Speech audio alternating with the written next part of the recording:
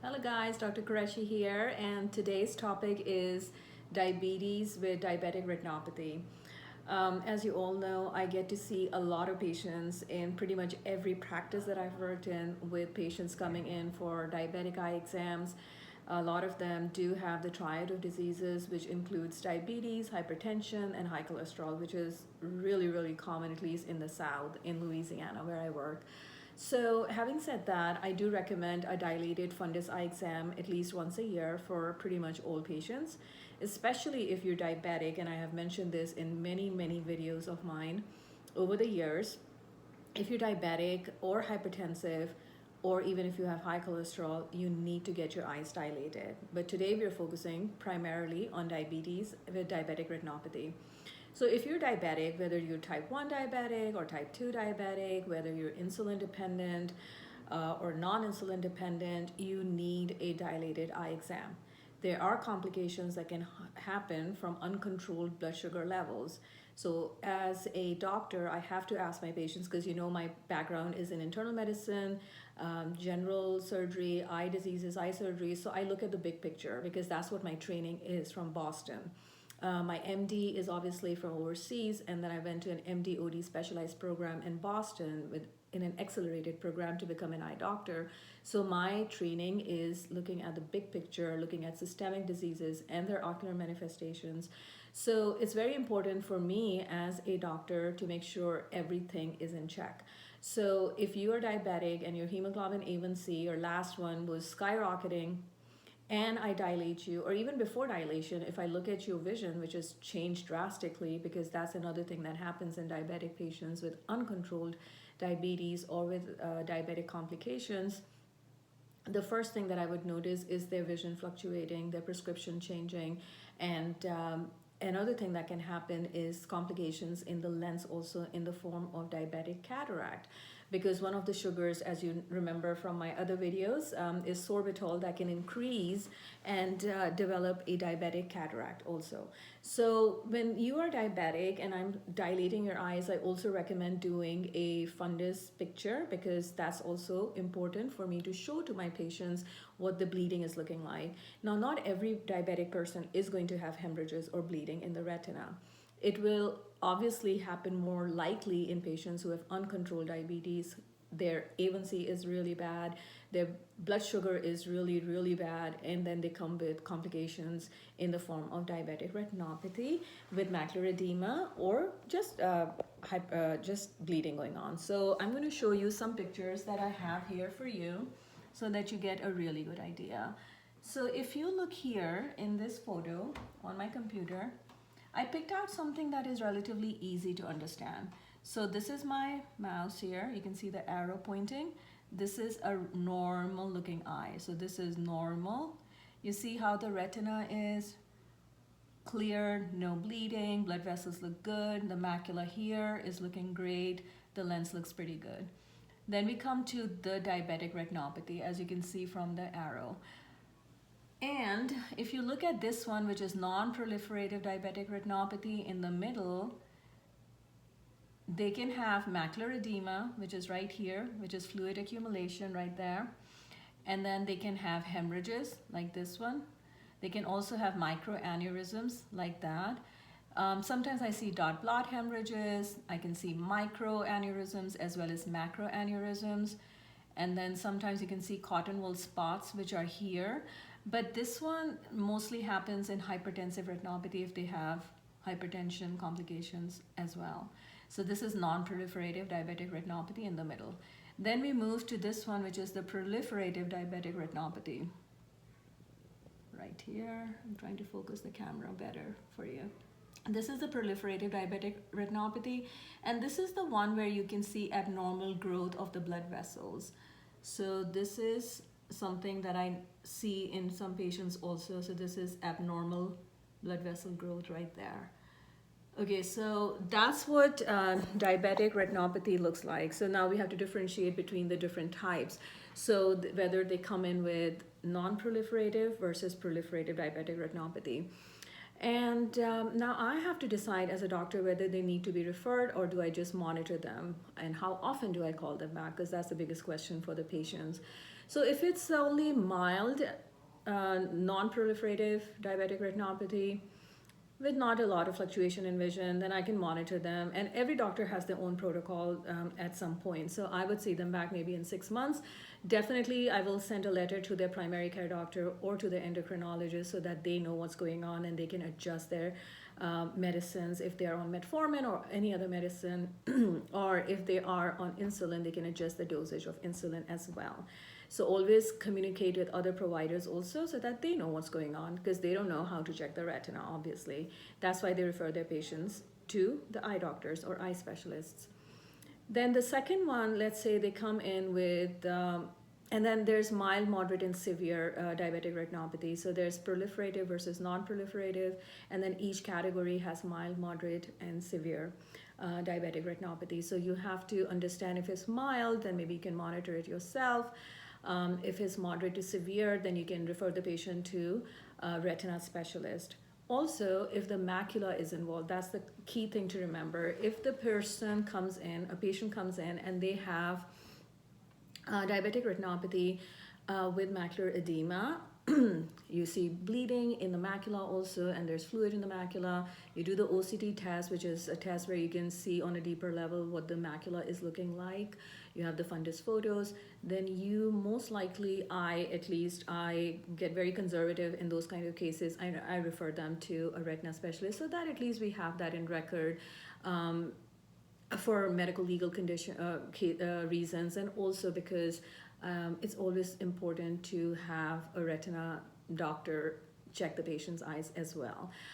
Now, if you come across a patient who has severe proliferative diabetic retinopathy and their vision is going really bad, you can correct them to a good correctable, best corrected vision, definitely send them to a retina specialist, because most likely they're going to do laser surgery on them. If the macular edema is really bad, then they can also do injections in the macula, okay? So those are the things that you have to decide when you're in the exam room, whether you want to refer this patient or do you want to monitor them. Again, the simple rule of thumb is if it's mild and it's not affecting the vision, it's not affecting the macula, and it's not in all four quadrants, you have to look at the quadrants also. So going back to the picture, let me show you something here.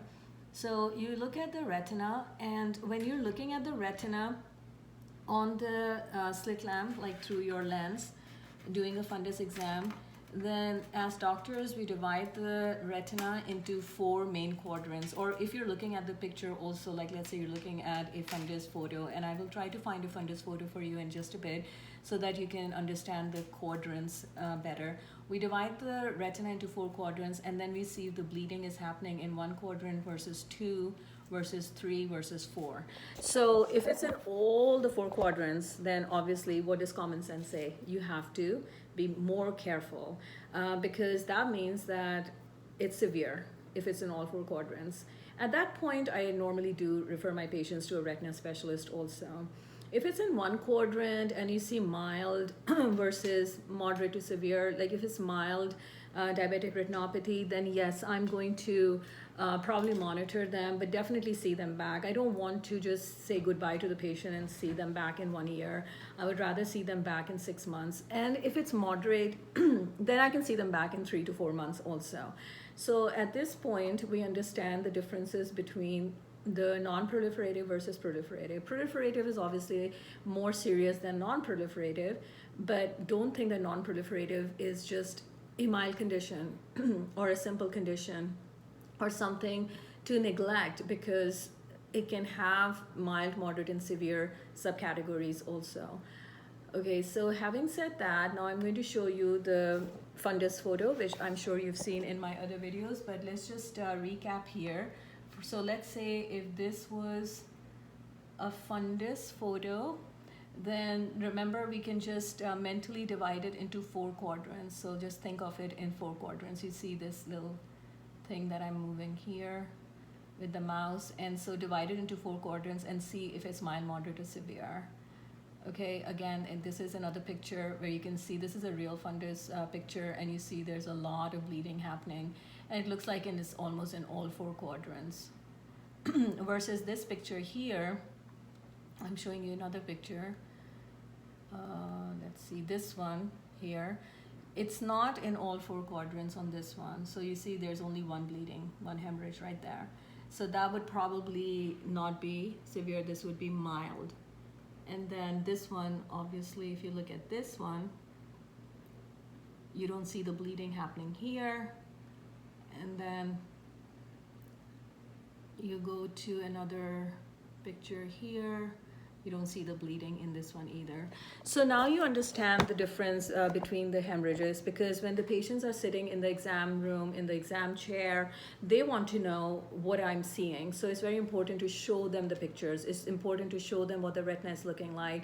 They need to get a mental picture of what is happening in their own retina, because I feel like if they understand their condition better, they're going to start eating better, they will have a better lifestyle, they will be taking their medications, they will be more compliant in taking their medications, and also going back for their follow-ups, whether it's with their eye doctor, eye specialist, primary care doctor, family doctor, internist, or endocrinologist. So those are the things to remember. And then talking about other complications, obviously you know the diabetic complications that can happen in different parts of the human body. So eyes is number one from my point of view. So complications in the retina, complications can happen in the blood vessels, so they have to see a cardiologist. If the complications are happening in the nerves, then they have to see a neurologist for neuropathy. Diabetic neuropathy, as you all know, is very common. And if it's happening in the kidneys in the form of complications, then they ultimately have to see a nephrologist also. But being an eye doctor and eye specialist, I feel like for me, I have this advantage of seeing their retina and diagnosing a lot of things just by looking at the retina, because the complications appear in the retina so obvious that I don't think any doctor should miss those kind of bleeding or hemorrhages happening in the retina. So if you come for your dilated eye exam once a year, at least, I'm talking about not even coming more than a year, just or more than once a year. If you come for your routine dilated eye exam, that's when any doctor should be able to find out anything happening from diabetes or hypertension or high cholesterol. And if you remember in some of my videos, I've talked about strokes happening from having high cholesterol, embolus being seen in the retina, in the retinal vessels, or diagnosing tumors actually happening in the brain. So all of the, and then looking at the optic nerve and looking at the edema, or looking at the optic nerve and seeing swelling of the optic nerve. So there's so many things that a doctor can easily diagnose and treat by looking at the retina and doing a thorough dilated fundus eye exam. So going back to the diabetic retinopathy, to summarize, come for your dilated eye exams. If I call you back sooner, that means there's more complications. If I say come back in a year or come back in 6 months, that means it's not that severe. But that doesn't mean you're going to neglect your follow-up appointments. And that doesn't mean you're going to stop going to your primary care doctor either. So these are some things to remember. And then in the lens, like I said, diabetic cataract can develop as well. So just be careful of that. Just have a nice, healthy lifestyle. And what is that? I always say 3 things go hand in hand. Your medicines, diet, and exercise. So if you're just focusing on the medicines, and taking medicines is obviously really important, but if you're just focusing on the medicines and neglecting taking care of your diet and not even doing any kind of physical activity, then it's not going to be helpful for you in the long term, because everything needs to be in balance. So eat healthy, incorporate a lot of, like I always tell my patients in the exam room, incorporate a lot of vegetables and fruits, and don't eat a lot of red meat, incorporate a lot of seafood, maybe fish. So I'll tell you what I like eating, because I try to eat healthy. Do a lot of seafood, which is rich in omega-3 fatty acids, and stop eating a lot of white stuff like white bread and white rice. Try to do more like wheat, 100% whole wheat bread, or you can do brown rice, but in moderation. If you're eating white rice, just make sure your portion control is obviously done in a in a way where you're not overeating, right? And then eat some vegetables almost every day. I love eating dark green leafy vegetables because they're full of antioxidants and they're going to help you with your macular degeneration as well. So why shouldn't we eat that? You know, it's preventative medicine that I believe in. So eat a lot of vegetables, then also eat some fruits. And I try not to eat 2 hours before I go to bed. So if, let's say, your last meal is around 6 p.m. or 7 p.m., then don't go to bed right away. At least wait 2 hours before you go to bed. Also decreasing your stress, so because you don't want your cortisol to increase, which is a stress hormone, and cortisol can also make your blood sugar go whack basically, and then lead to complications. So keep your stress levels under control. And how do you control your stress levels? Patients ask me that. Well, you can do a lot of things. You can do journaling, you can do prayers, you can do meditation, you can sit quietly and just reflect on what's happening in your life. If you feel your stress is not under control and you have done everything, none of the remedies are helping, then you can always seek help with a professional counselor. You can talk to your friends if you trust them. You can talk to your family, talk to someone you really trust and you love, so that they can help you in your difficult times. Because see, stress is inevitable. Stress will be there, but we want to take care of our health. So what else can we do in order to decrease the stress? You can exercise, you can go for a walk. Sometimes we feel like we are making excuses by saying that we have no time, but you can even walk in your own house. If you don't want to go outside in your yard or in the park or outside your house, just start walking in your house. If you don't have time to go to the gym, you can just do some strength training at home. You can buy some weights, small weights, large weights, big weights, any kind of weight, and you can do that. You can even use your own body weight to do exercises. You can do Pilates, you can do yoga, you can just do jumping jacks, you can do jump rope. There's so many things. Just go on YouTube and just Google all these exercises that can be done at home, and they can help you with your fat control, building your muscle, and keeping your blood sugars in check. It's good for your cardiac system also. So these things are going to show up eventually in the form of a cumulative effort that you're making. So don't think that if you exercise today, tomorrow you're going to see the results, or 1 week from now you're going to see the results. If you take baby steps, it's like any other thing in life. You just have to take baby steps in order to see the big result eventually. Trust me, it's going to show. Stress is going to go down when you exercise. Obviously, your happy hormones, endorphins are going to be released. You will feel better, not just physically, but mentally also. And what is mental health doing to your body? Obviously, if you're under stress, it's making the bad cortisol. So if you're exercising, your cortisol levels are going to be not increasing, and therefore your mental health obviously is connected to your physical health. So think about all these things. Eat healthy, keep toxicity away from your life. I know it's easier said than done, but make some effort. Try to work on yourself, so and have that goal. Think of it as, if I take care of myself today, I can help so many people in my life, and I will be a happier person. So I truly believe in this, like taking care of yourself in order to help many other people in your life, and never giving up. That's another thing. So have a goal. You can journal it, you can write something. If you can do it every day, do it on a weekly basis. Have a goal in mind, so that you are waking up every single day thinking about, this is my ambition, this is what I need to achieve, and I need to work hard on that. And do it happily, because once you start seeing the results, eventually you do, right? Like after a month, maybe after 2 months, you see, or when you go for your annual checkup, your PCP says, oh my God, your blood sugar is getting better, your A1C is getting better, your cholesterol levels are getting better, LDL is not that high, HDL is going up, and that's a good, cholesterol is going up. So when you notice all these things happening, then it should motivate you to do even better, to do even more for yourself. And hence we will come, and when you come to your eye doctor, I will see your retina improving. I have seen bleeding getting better, hemorrhages are resolving. I don't see as much of hemorrhages that I saw on the previous visit, because when your blood sugar goes up, you have leaking of the blood vessels, and that's that's the culprit, the sugar levels, okay? But you can have the genetic component, and patients tell me, oh, because my mom had diabetes, my uncle, my maternal and paternal family all have diabetes.